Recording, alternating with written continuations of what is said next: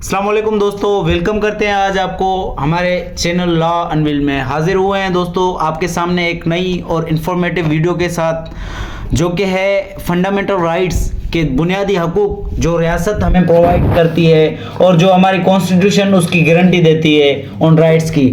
तो वो राइट्स आज हम डिस्कस करेंगे, लेकिन क्रैश में डिस्कस करेंगे थोड़ा जल्दी में। अगली वीडियोस में हम इसको डिटेल में डिस्कस करेंगे, लेकिन इस वीडियो में हम इसको थोड़ा जल्दी डिस्कस करेंगे और शॉर्टली इसको हम डिस्कस करेंगे। 8 से लेकर 28 तक chapter 2 of constitution of Pakistan में ये हमारे राइट्स डिस्कस्ड हैं। तो दोस्तों फटाफट से शुरू करते हैं हमारा आर्टिकल 8। आर्टिकल 8 क्या कहता है? फंडामेंटल राइट और चैप्टर 2 का पहला ये आर्टिकल है। इसमें ये बात की गई है कि ऐसा कोई भी कस्टम या यूजेज या लॉ नहीं बनाया जाएगा जो कि फंडामेंटल राइट्स के खिलाफ होगा। State shall not make any law which takes away and abridges the rights shall void. अगर कोई स्टेट ऐसा लॉ बनाती है जो फंडामेंटल राइट्स के अगेंस्ट है तो उसको वाइड करार कलअदम करार दिया जाएगा।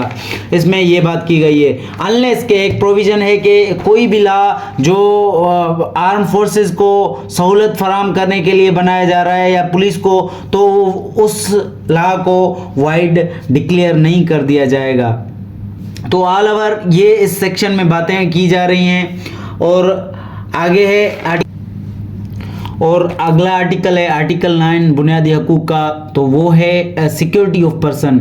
No person shall be deprived. किसी भी पर्सन को महरूम नहीं रखा जाएगा उसकी लाइफ, उसकी आज़ादी और उसकी हैप्पीनेस के खिलाफ अकॉर्डिंग्स विद लॉ के मुताबिक। अगर मिसाल की बात है कि कानून में उसने कोई जुर्म किया है तो कानून में उसको सज़ा सुनाई जा रही है, तो वो ये नहीं कह सकता कि मुझे इससे लिबर्टी है, आज़ादी है आइन आर्टिकल 9 के तहत। तो वो अगर वो कोई भी मतलब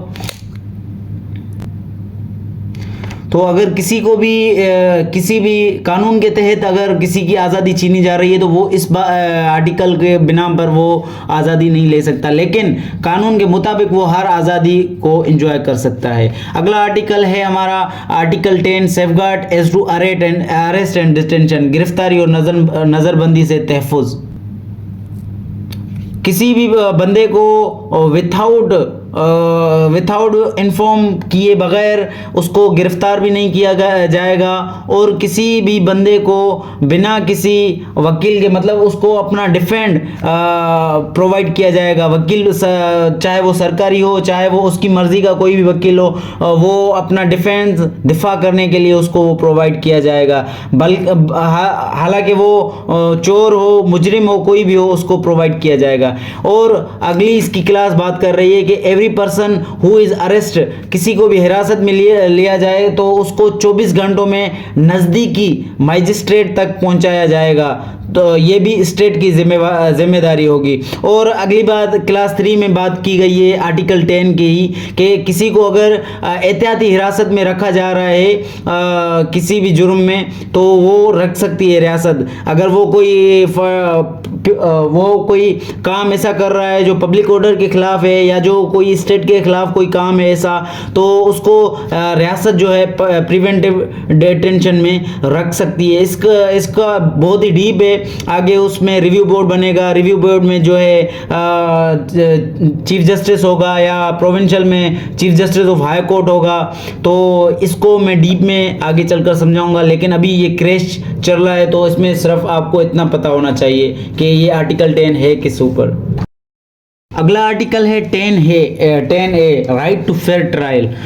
ये आर्टिकल 18वीं तरमीम के बाद 2010 में ये आर्टिकल इस कॉन्स्टिट्यूशन का आइन का हिस्सा बना था।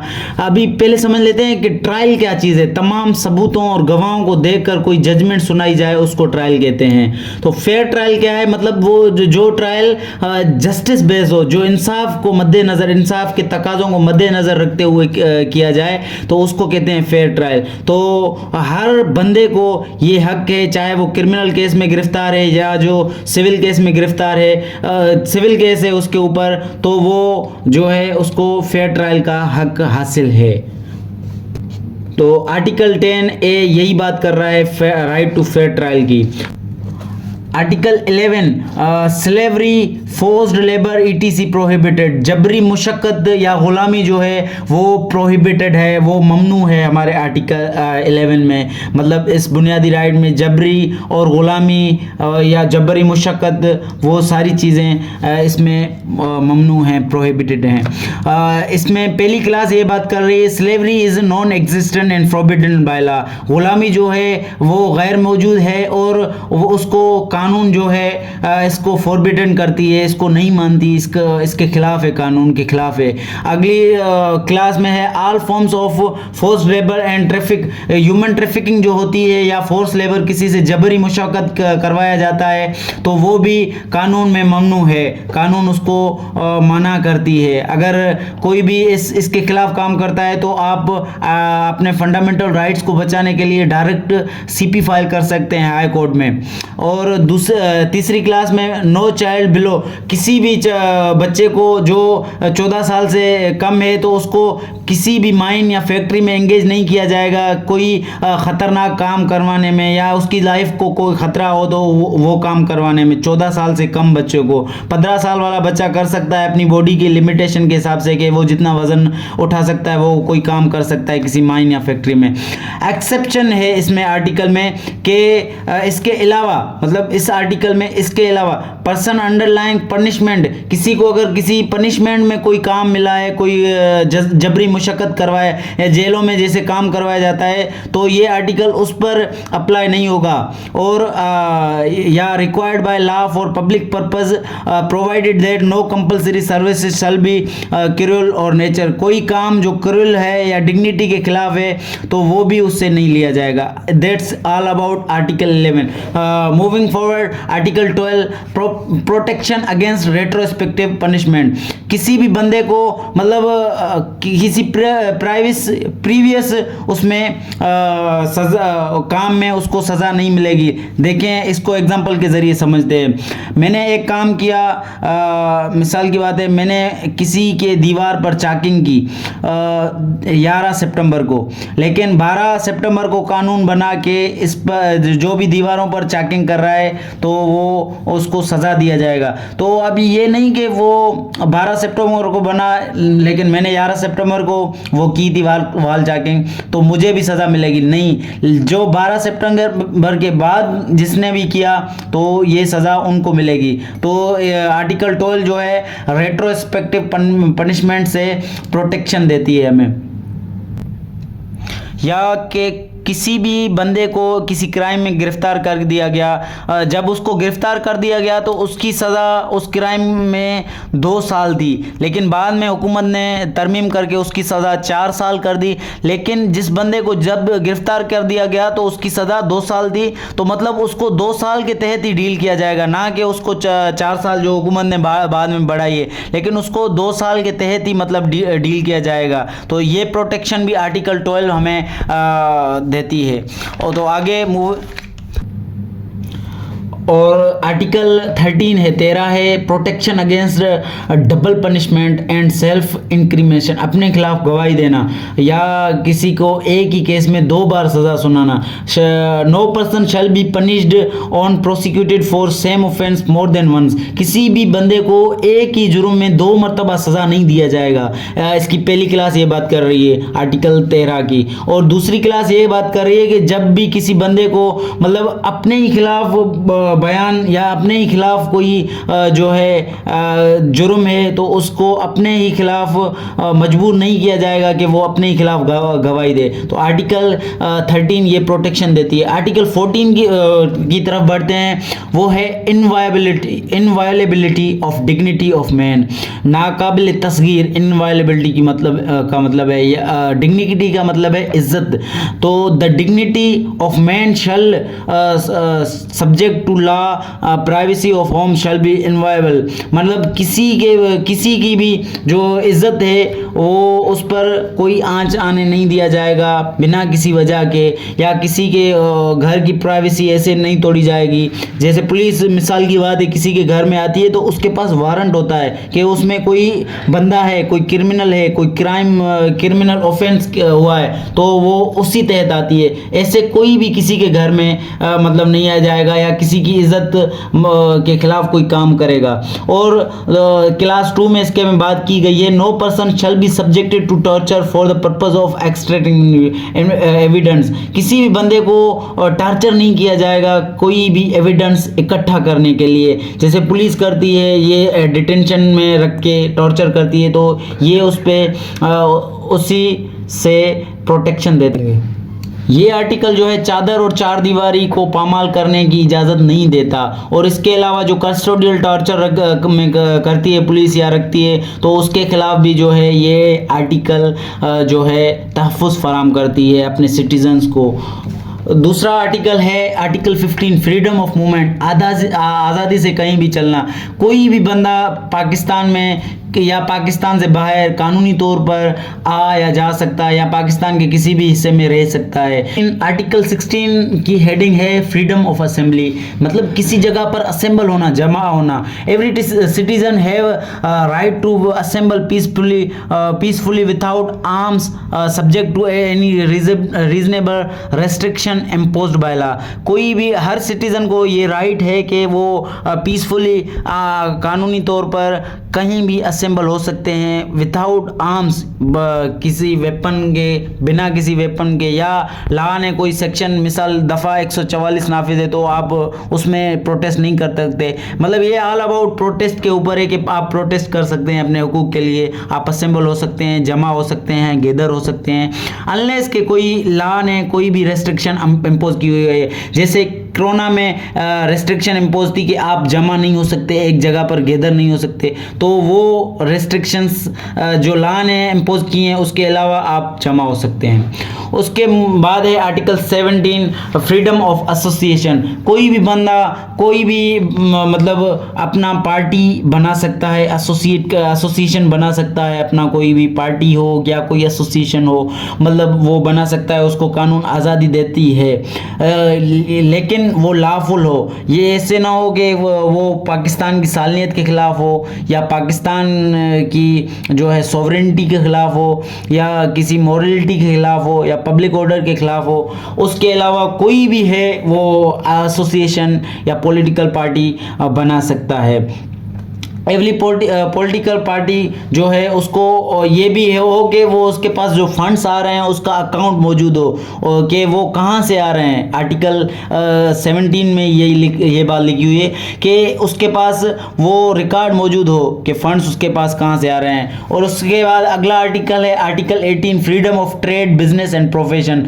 किसी भी बंदे को कोई भी लॉफुल जो है प्रोफेशन, ट्रेड या बिजनेस करने की इजाज़त दी गई है, अनलेस के किसी भी, मिसाल की बात है मेडिकल खोलने में कोई लाइसेंस की दरकार है, तो वो बंदा ये नहीं कह सकता कि मुझे कानून ने इजाज़त दी है कि मैं फ्रीडम ऑफ बिजनेस है, मैं बिजनेस वगैरह कर सकता हूँ, तो वो ये नहीं कह सकता। लेकिन कानूनी एक तकाजा है लाइसेंस हो, तो वो लाइसेंस लेकर ही वो मेडिकल चला सकता है। इसी तरह कोई अगर किसी जॉब में या किसी भी फील्ड के लिए या किसी बिजनेस के लिए मिसाल इंजीनियर की ज़रूरत है, तो वो मेरा आम जैसा वकील कोई भी मतलब वो बिजनेस नहीं चलाएगा। अगर उसमें इंजीनियर की ज़रूरत है तो वो इंजीनियर ही चला सकता है इंजीनियरिंग की डिग्री के साथ। मैं लॉ की डिग्री लेकर वो नहीं चला सकता। उसके बाद है कि कानून जो है फेडरल गवर्नमेंट या प्रोविंशियल गवर्नमेंट जो है किसी भी बिजनेस को चलाने के लिए, स्मूथली चलाने के लिए रूल्स बना सकते हैं। जैसे कि बनाते हैं बिजनेस लॉज हैं जो फेडरल गवर्नमेंट्स बनाती है, तो वो रेगुलेट करने के लिए वो बना सकते हैं लॉज। उससे अगला आर्टिकल है freedom of speech. Every person shall have right of freedom of speech. Article 19 के हर पर्सन को राइट है कि वो अपना जो है आज़ादी राय का हक है, फ्रीडम ऑफ स्पीच और एक्सप्रेशन का हक हासिल है। इसमें रेस्ट्रिक्शन ये है कि वो कोई भी ऐसी बात नहीं कहेगा जो पाकिस्तान की सॉवरेनिटी के खिलाफ हो, या डिफेंस के खिलाफ हो, या इस्लाम के खिलाफ हो, ग्लोरी ऑफ इस्लाम के खिलाफ हो, तो वो ऐसी कोई भी बात नहीं कर सकता। लेकिन बाकी उसको हर चीज़ की आज़ादी है। और आगे है article 19A, right to information. हर बंदे को have access to information in all matters of public importance subject to regulation और रीजनेबल रेस्ट्रिक्शंस। किसी भी बंदे को हर तरह का इंफॉर्मेशन किसी से भी लेना है पब्लिक ऑर्डर के लिए तो वो ले सकता है। जैसे हम एफआईआर की कॉपी लेते हैं पुलिस से तो वो हमें राइट हासिल है आर्टिकल 19A के मुताबिक, तो वो हम गैदर कर सकते हैं। अगर ऐसा कोई बात है जो कॉन्फिडेंशियल है, जो गवर्नमेंट नहीं लाना चाहती, तो उसकी इंफॉर्मेशन हम कलेक्ट नहीं कर सकते। बाकी हर इंफॉर्मेशन हम ले सकते हैं, हमें राइट हासिल है। आगे चलते हैं आर्टिकल 20 जो है फ्रीडम ऑफ रिलीजन। किसी भी बंदे को freedom to profess religion and to manage religious institutions. Every citizen shall have a right to profess and practice and of his religion. हर बंदे को राइट है कि वो जो है अपने रिलीजन की प्रैक्टिस करे। वो अगर कोई हिंदू है तो वो अपने हिसाब से प्रैक्टिस करे अपने रिलीजन की, अगर कोई मुस्लिम है तो वो अपने हिसाब से प्रैक्टिस करे। तो ये उसको कानून जो है ये उसको हक देती है आर्टिकल 20 में। और हर किसी को ये हक भी है कि वो अपने बिजनेस वो जो है अपने रिलीजन के इंस्टीट्यूशंस कायम करे। मिसाल की बात है, हम अगर मस्जिद बनाना चाहते हैं तो हमें ये हक हासिल है। अगर कोई हिंदू है वो अपना टेंपल बनाना चाहते हैं तो, या उसका कोई इदारा चलाना चाहते हैं जो उनको दीनी नॉलेज रिलीजियस नॉलेज देगी तो वो बना सकते हैं। आगे चलते हैं आर्टिकल 21 है safeguard against taxation for the purpose of any particular religion. No person shall be compelled to pay the special tax to proceed which are to be spent on the propagation or maintenance of any religion other than him. कि किसी भी बंदे से ऐसा कोई tax नहीं लिया जाएगा जो उसकी रिलीजन के बरक्स मतलब किसी और रिलीजन के लिए खर्च किया जाए। तो ये आर्टिकल इसके ऊपर था।